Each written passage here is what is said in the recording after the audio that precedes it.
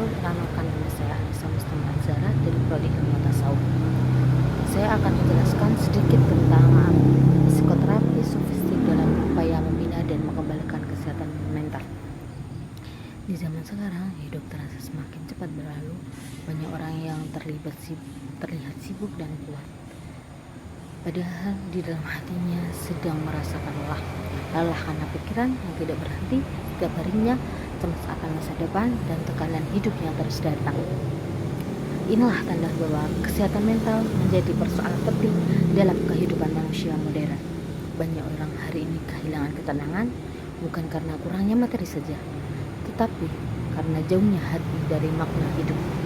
Saat hubungannya dengan Tuhan melemah, maka hati akan menjadi rapuh dan mudah gelisah.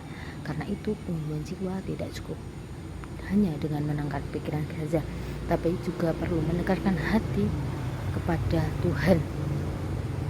Agama ini hadir sebagai petunjuk hidup yang mengajarkan manusia mana yang baik dan mana yang buruk. Agama juga mengajarkan cara menerima hidup dengan lapang dada.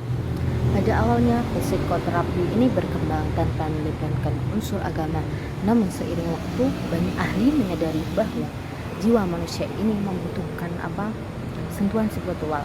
Karena itulah agama mulai dilibatkan dalam proses penyembuhan mental.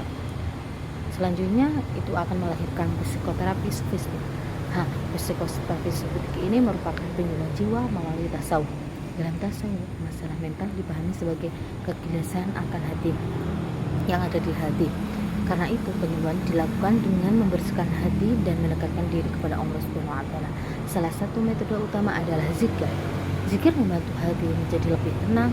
Selain itu juga ada muhasabah, yaitu refleksi diri. Muhasabah ini mengajarkan kita untuk mengenal diri sendiri tanpa menyalahkan keadaan. Tasawuf juga mengajarkan tentang sabar, ikhlas, dan tawakal.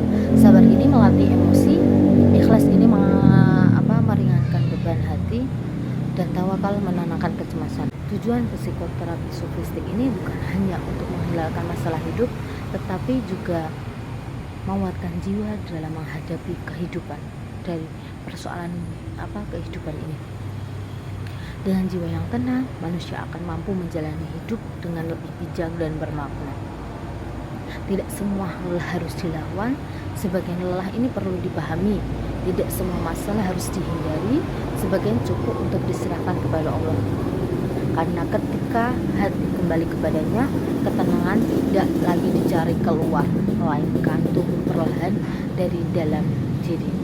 Sekian, terima kasih.